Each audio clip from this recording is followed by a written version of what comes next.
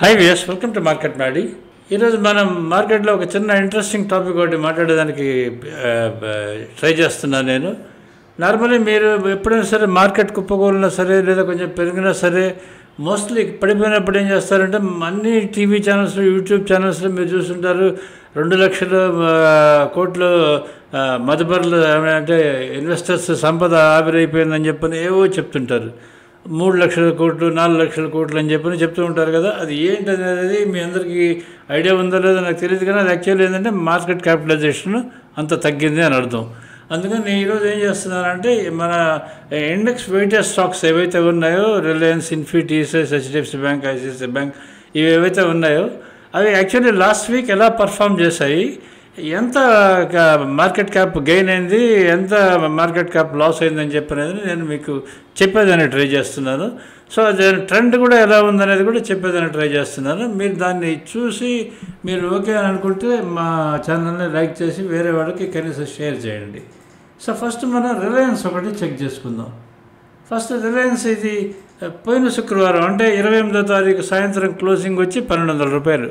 తర్వాత మొన్న శుక్రవారం 7వ తారీఖు సాయంత్రం దాని క్లోజింగ్ వచ్చి 1,249.8 అంటే 49 రూపాయల 80 పైసలు అది గెయిన్ అయింది లాస్ట్ వీక్తో కంపేర్ చేస్తే. దిస్ వీక్ పర్ఫార్మెన్స్ పోయిన వారం పర్ఫార్మెన్స్ అది 4.1% అది గెయిన్ అయింది. సో దాని మార్కెట్ క్యాపిటలైజేషను 67,255 కోట్లు అది గెయిన్ అయింది పోయిన వారం. ఈ 49 రూపాయలు పెరిగిన దానికి రిలయన్స్ దాని క్యాపిటల్ గెయిన్ వచ్చేది 67,255 crores it gained. So Reliance అది యాక్చువల్లీ డౌన్ ట్రెండ్లో ఉంది. ఎప్పటి వరకు అంటే 1,275 కన్నా కింద ఉన్నంత వరకు రిలయన్స్ డౌన్ ట్రెండ్లో ఉంది. ఇది బ్రీఫ్గా about Reliance last week performance. ఇప్పుడు మనం నెక్స్ట్ వేరే స్టాక్ భారతీ ఎయిర్టెల్ చూసుకుందాం. నెక్స్ట్ భారతీ ఎయిర్టెల్ మీకు 28వ తారీఖు క్లోజ్ అయింది, మీకు 1570 దగ్గర క్లోజ్ అయింది. మొన్న శుక్రవారం రోజు క్లోజ్ అయింది 7వ తారీఖు 1630 దగ్గర క్లోజ్ అయింది. అది 60 రూపీస్ 50 పైసా అది గెయిన్ అయింది, అంటే 3.85% అది గెయిన్ అయింది. So Bharti Airtel market cap gain వచ్చేది 34,459 కోట్లు. ఇక్కడ చూడండి మనకు 60 రూపాయలు గెయిన్ అనే కనిపిస్తుంది, కానీ మనకు కనిపించే మార్కెట్ క్యాప్ ఎంత గెయిన్ అయిందంటే 34,459 క్రోర్స్ మార్కెట్ క్యాపిటల్ గెయిన్ అని చెప్పని ఇక్కడ మనకి తెలుస్తున్నది.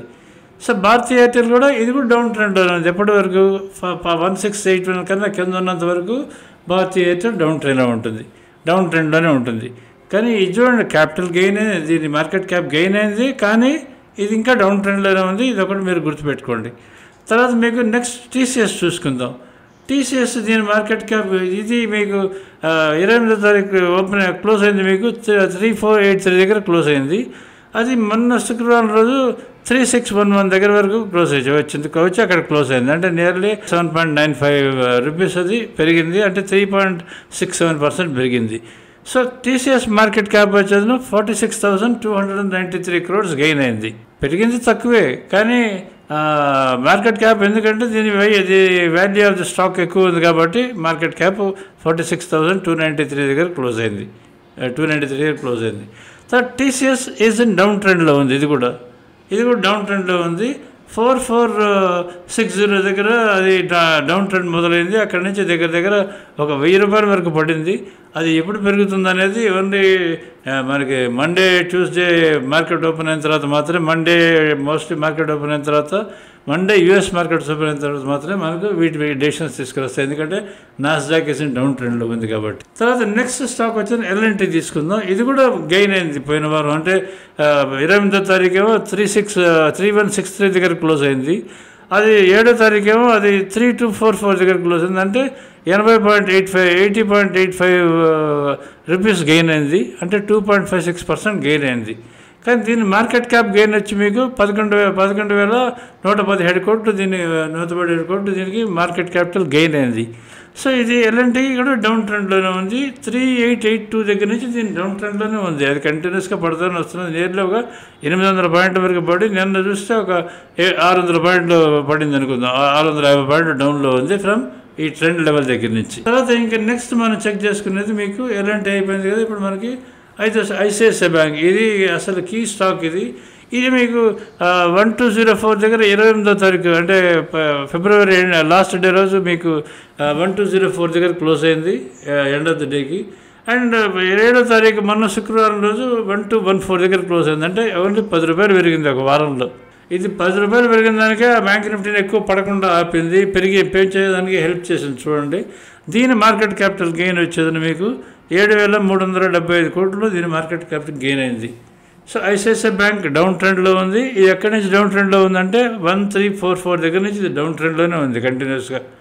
సో అది పెరుగుతుందా, ఎప్పుడు పెరుగుతుందా అనేది నెక్స్ట్ 2-3 డేస్లో మనకు ఐడియా వస్తుంది. ఇంకా ఫర్దర్ డౌన్ ట్రెండ్ కంటిన్యూ అవుతుందా లేదా అనేది మనకు తెలుస్తుంది. But as of now ICICI bank కూడా డౌన్ ట్రెండ్లోనే ఉంది. ఇది అబౌట్ మార్కెట్ క్యాపిటల్ గెయిన్ అయిన స్టాక్స్. ఇప్పుడు మనకు మార్కెట్ క్యాపిటల్ లూజ్ అయిన స్టాక్స్ అంటే price losers, market capital gain అయిన లూజర్స్ ఏవైతే ఉన్నాయో అవి స్టాక్స్ చెక్ చేసుకుందాం. ఫస్ట్ చెక్ చేసుకోవాల్సింది మనం హెచ్డిఎఫ్సి బ్యాంక్ చెక్ చేసుకుందాం. హెచ్డిఎఫ్సి బ్యాంకు 1732 దగ్గర 28వ తారీఖు సాయంత్రం క్లోజ్ అయింది. 7వ తారీఖు పోయిన వారం మొన్న ఫ్రైడే రోజు క్లోజ్ అయింది 1689.25 దగ్గర క్లోజ్ అయింది. అంటే 43 రూపాయల 43 రూపీస్ 15 పైసా డిఫరెన్స్లో క్లోజ్ అయింది, డౌన్లో క్లోజ్ అయింది. అంటే 2.47% ఆల్మోస్ట్ డౌన్లో క్లోజ్ అయింది. ఇంత 43 రూపీస్కి దీని మార్కెట్ క్యాపిటల్ తగ్గిపోయి మార్కెట్ క్యాప్ వచ్చేది 32,999 crores మార్కెట్ క్యాపిటల్ డౌన్ అయింది ఇది మార్కెట్ క్యాప్. తర్వాత దీని హెచ్డిఎఫ్సి బ్యాంక్ ఇది డౌన్ ట్రెండ్లో ఉంది. ఎక్కడి నుంచి అంటే ఆల్మోస్ట్ 1,865 దగ్గర నుంచి ఆల్మోస్ట్ డౌన్ ట్రెండ్లోనే ఉంది.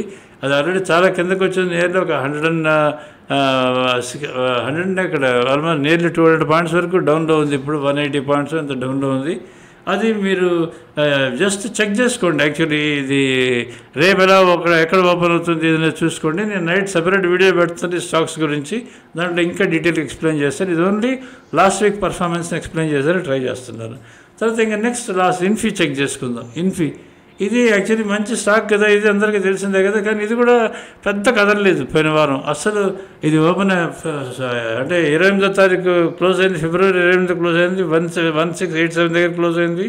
తర్వాత 7వ తారీఖు మార్చి క్లోజ్ అయింది 1686 దగ్గర క్లోజ్ అయింది. అంటే ఓన్లీ 1 రూపీస్ 75 పైసా డిఫరెన్స్ అంతే. ఒక వారంలో అది కరిగింది, పైకి కిందకి తిరిగి డిఫరెన్స్ వచ్చేది మీకు 1 రూపీస్ 75 పైసా దగ్గర క్లోజ్ అయింది దాని మార్కెట్ క్యాపిటల్.